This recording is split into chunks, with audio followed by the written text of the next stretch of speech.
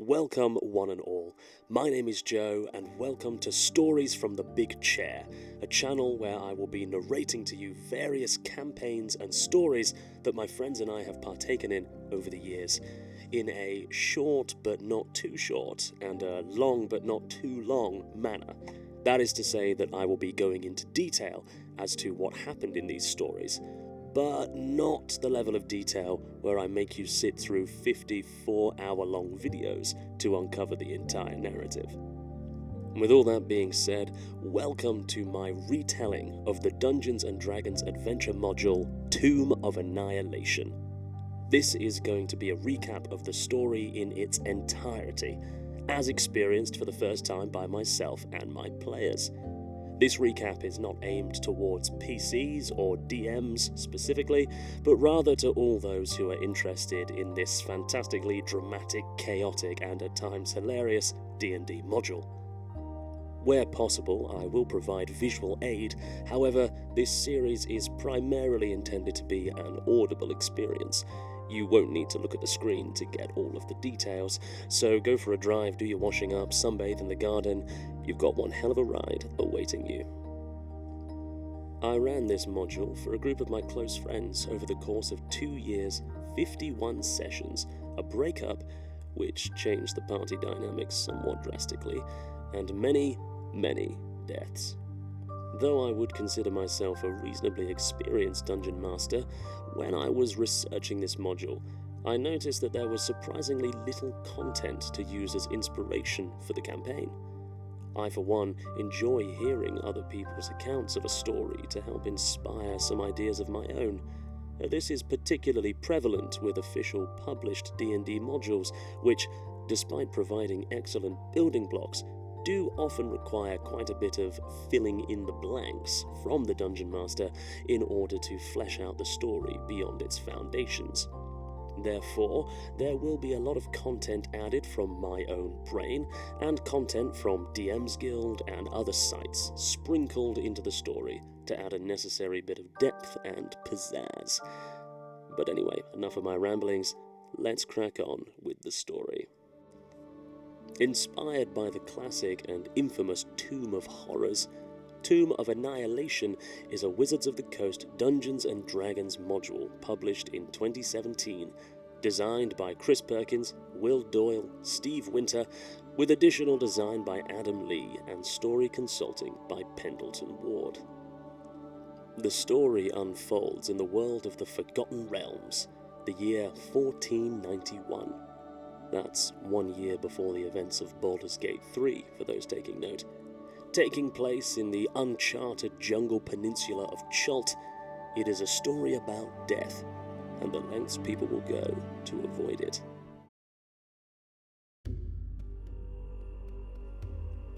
Something evil is trapping the souls of the dead and draining life from all who have been raised from death by magic.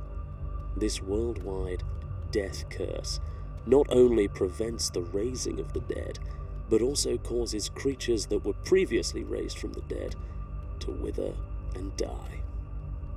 We begin our story with one Sindra Sylvain, a retired adventurer and merchant who years ago died but was raised from the dead. Now, thanks to reasons unknown to her, she is withering away. When she consulted priests, Sindra learned that the affliction was widespread and that no spell could cure it. She spoke to her friends among the Harpers, an elite and covert society who worked to undermine and uproot political corruption amongst the realm, and they determined that the source of the affliction was originating from the land of Chult to the south, and there was likely some powerful necromancy involved in the causing of this phenomena. In order to put an end to the curse, Sindra recruits the aid of some adept adventurers, all of whom have their own reasons for wanting the curse gone. They must travel to Chult, find the source of the affliction, and put an end to it. We meet our adventurers. Bori Bronzebeard, a dwarf from the Silver Summit clan up in the frozen north, short, stout, and strong. Bori wears a thick skin. His bald head is compensated for by his impressive beard spanning half his body. His armor is dense, and he is never seen without his trusty maul at his side. Both his armor and weapons are adorned with magical runes obtained from his clan's allegiance with the Frost Giants. Bori has spent most of his life as a high-ranking warrior among his clan. He has been sent to search out an end to the death curse as a punishment and a means of redemption, as it was under his watch that a very important member of the clan was killed. A resurrection is needed, but first, the curse must be ended. Ars Hallowhell, a changeling who was made in a lab, giving him a pale, inhuman complexion, but the ability to change his appearance at a moment's notice. He uses this to appear as a humble human wizard most of the time. He is also well apt in the art of subterfuge, thus can stick to the shadows and vanish in the blink of an eye. Ars serves the Library of Candlekeep. He works as a collector of rare tomes and valuable items. His travels have taken him far and wide, but never to Chult. Despite all this, Ars has a wife, an ex-harper who died many years ago but was brought back from the dead via magic. Now his wife is withering away, and Chult holds the answer, as well as a miasma of untapped relics and lore to be found. Tethys, a young, angry, and spirited paladin of the god Hor, that is, H-O-A-R. His Earth Genasi heritage helps him appear human. His armor and holy symbols are hidden beneath scarves and shawls, making the young man fit in perfectly with the tropical environment that awaits him. He wields a khopesh with ruthless efficiency. Driven by vengeance due to a life of mistreatment, he wishes to bring death upon those who have wronged him. However, Tethys wants to fight the good fight, and as a member of the patented Order of the Gauntlet, he has been sent to Chult in order to aid in their plight against the undead. It is said that the jungles of Chult hold wisdom beyond the mundane, and Tethys hopes that such knowledge might help him in finding his lost mother. Bumble, a young goblin druid. Bumble lived a quaint life in the forest surrounded by her animal friends. As a druid, she is at one with nature and able to wield powerful magic. The jungle presents a new marvel of nature for her to explore. She also engages in the trade of poisons and is hoping to find ever more potent ones within Chult. The life of a nomad is not an easy one, but her best friend Clive the Rat always stood by her side.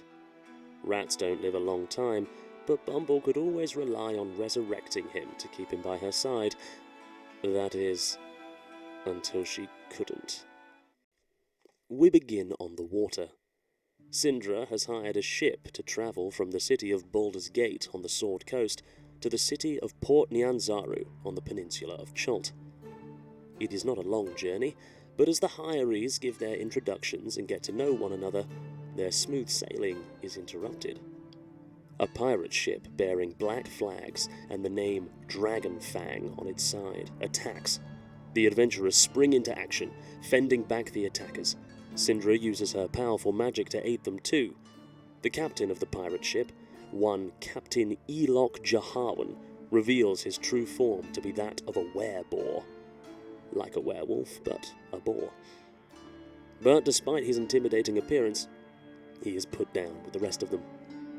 The journey continues unimpeded. The sun is hot in the sky, illuminating the dense jungle beyond as the land of Chult appears into view. Reaching the outskirts of Port Nyanzaru, they are halted once again, this time by something a little bigger. All ships must pass through this area known as the Bay of Chult in order to arrive at the city. However, this mouth of the sea is guarded, as Sindra explains, by an enormous dragon turtle named Aramag. A dragon turtle is exactly what you think it is, a monstrous, dragon-sized turtle who resides in an underwater lair, hoarding riches and making life difficult for seafarers. Aramag demands a payment for all those who wish to pass. The creature surfaces, and Sindra makes the payment without a fuss. A fuss is certainly something to be avoided here. They pass on until they reach the city itself. Chapter 1. Port Nyanzaru. Port Nyanzaru hugs the coastline at the north of Chult. No other city exists in Chult except the ruins of civilizations past. Until recently, Port Nyanzaru was under the firm control of Amn, a foreign nation to the east. 9 years ago, however, Amn was forced to relinquish the city to a wealthy and powerful consortium of Chultan traders, or risk bloody conflict that probably would have ended in the city winning its independence anyway. 7 Chultan traders have since grown into influential merchant princes, enticing folk from up and down the Sword Coast with their wares. They are ruling the city with an iron and ruthless grip. Port Nyanzaru is a bastion of civilization and commerce in a terrifying land. The amount of business that unfolds here and the cash that moves through its counting houses would make any merchant of Baldur's Gate or Waterdeep jealous. It is also a colourful, musical, aroma-filled, vibrant city in its own right. Other than trade, the biggest attractions are the weekly dinosaur races through the streets. Locals and visitors alike wager princely sums on the races' outcomes. The city also boasts of grand bazaars, glorious mansions and temples, circuses, and gladiatorial contests. The tropical city looms before them under the blazing sun. The aroma of unfamiliar spices and tropical fruits fill the air. The city is an explosion of colour, with brightly painted buildings, many of which have murals on their walls portraying giant reptiles and mythical heroes. Minstrels in extravagant clothing perform on street corners, and cries of laughter, unnatural screeching, and an unfamiliar language echo all around. The heroes arrive in the docks, and, after basking in the heat, the unfamiliar locale with its strange traditions and normalities, like seeing tamed dinosaurs pulling merchant carts, they head into the heart of the city. Sindra takes them to the market ward, to an area called the Red Bazaar. She suggests that they should spend some time familiarizing themselves with the land and its traditions. They should also find out what they can about the death curse whilst here. If they do decide to venture into the jungle, they will have to hire an expedition guide who will know their way around. In order to do that, they will need to earn some money. Port Nyanzaru is the perfect place for that. In fact, there is a notice board in the market ward filled with odd jobs, perfect for the likes of them. She finally recommends that they find themselves a place to stay whilst here. The Thundering Lizard Inn is decent and affordable, if a little rowdy. She herself will be staying at the more lavish Kaya's House of Repose, just across the street, and that is where she shall be, should they have need of her. And with that, she leaves them to it. Browsing some of the wares within the market, they eventually approach the aforementioned notice board. It is covered with overlapping notices of work, requests for aid, and recruitment opportunities. An ad to visit the Temple of Sune to relax after a busy day. A request to help someone find their missing father. An ad for a wilderness guide called Selida, who slags off the other guides in her note. A young girl has requested help in finding her missing cat, Mr. Wisbon. The Lord's Alliance is offering up a ship in return for a detailed map of the jungles. The harbour master, one Zindar, is offering payment on the killing or capturing of pirates who are making trade difficult. And a few other notices that stand out a little bit more to the adventurers, but we'll get to those as and when they come. Whilst debating what to do first, Ars notices a piece of paper on the floor that appears to have been torn down from the notice board. It reads, "Looking to explore Chult jungles? Only a fool would roam these lands without a guide. I belong to an ancient elven nomadic tribe. Mastery of the wilderness is within my very blood. As an elf, I have over 100 years' worth of experience navigating jungles such as these. I have honed peerless survival skills that combine martial prowess with studies in druidic magic. For a modest fee of 2 gold per day, with an upfront payment of a 10-day, as well as the promise to equally divide any loot found, I will share my expertise with you to help ensure your expedition is a success. You may find me at the Thundering Lizard Inn in Port Nyanzaru. ask for Revna. At this moment, shouts are heard from a nearby cart carrying a variety of dinosaurs in cages as one of the raptors breaks out of its confines and rushes towards the party. A few days prior, Revna Nelarin arrived in the city of Port Nyanzaru. Revna, or Revna as he is commonly known, is an elven ranger and last living descendant of the Nelarin tribe. His appearance is nomadic, clearly used to the humid environs. He wears leaf-draped armor and is covered in symbolic tattoos. Sadly, Revna finds himself in Chult because of his closest friend's recent passing. This friend of his had prophetic tendencies, and just before they died, uttered a few cryptic words. Death curse, Chult, terrible danger, hidden power deep in the jungle. Beware the Serpent King. So Revna knew where he must go.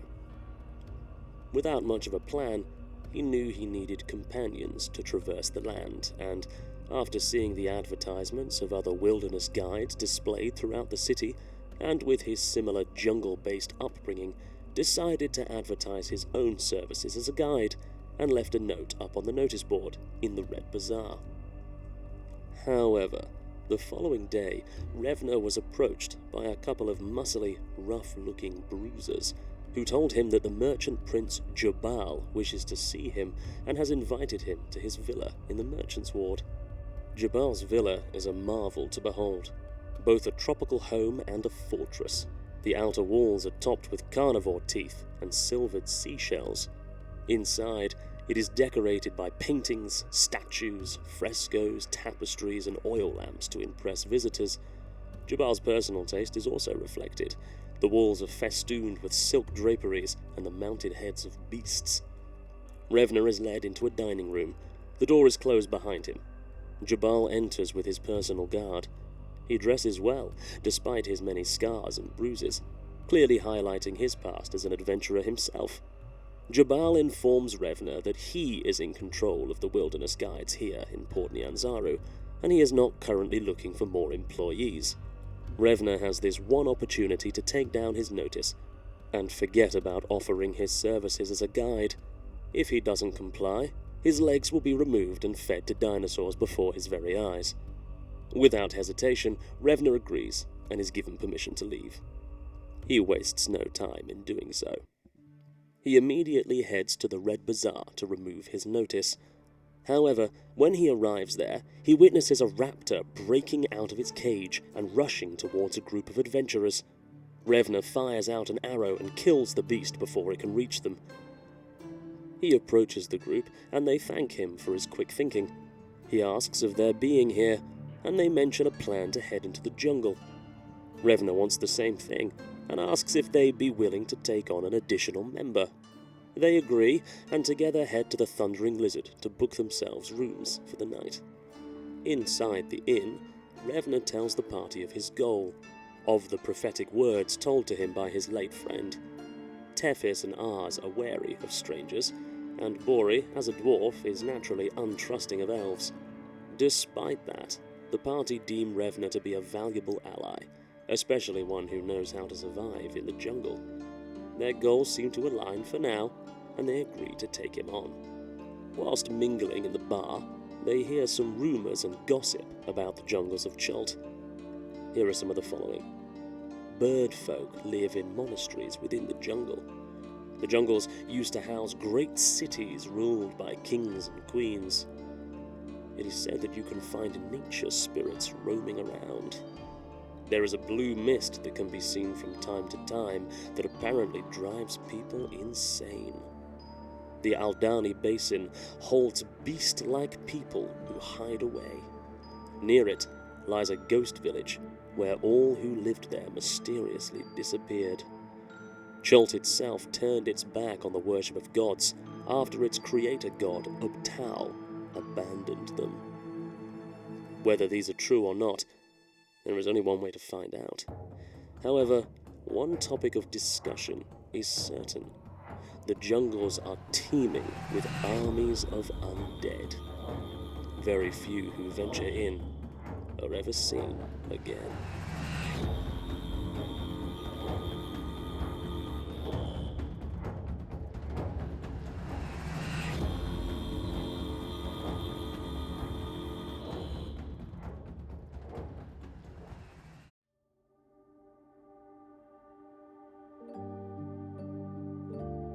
Thank you ever so much for making it through to the end of the video. I'm currently working on a second part to this series, and if this is the sort of thing you enjoy and you want to see more of, then please show your support in any which way you can. A subscribe, a like, it all goes a really long way. With enough support, I will make sure that we see this series through to the end. So tell your friends, tell your family, tell your grandparents, all press is good press.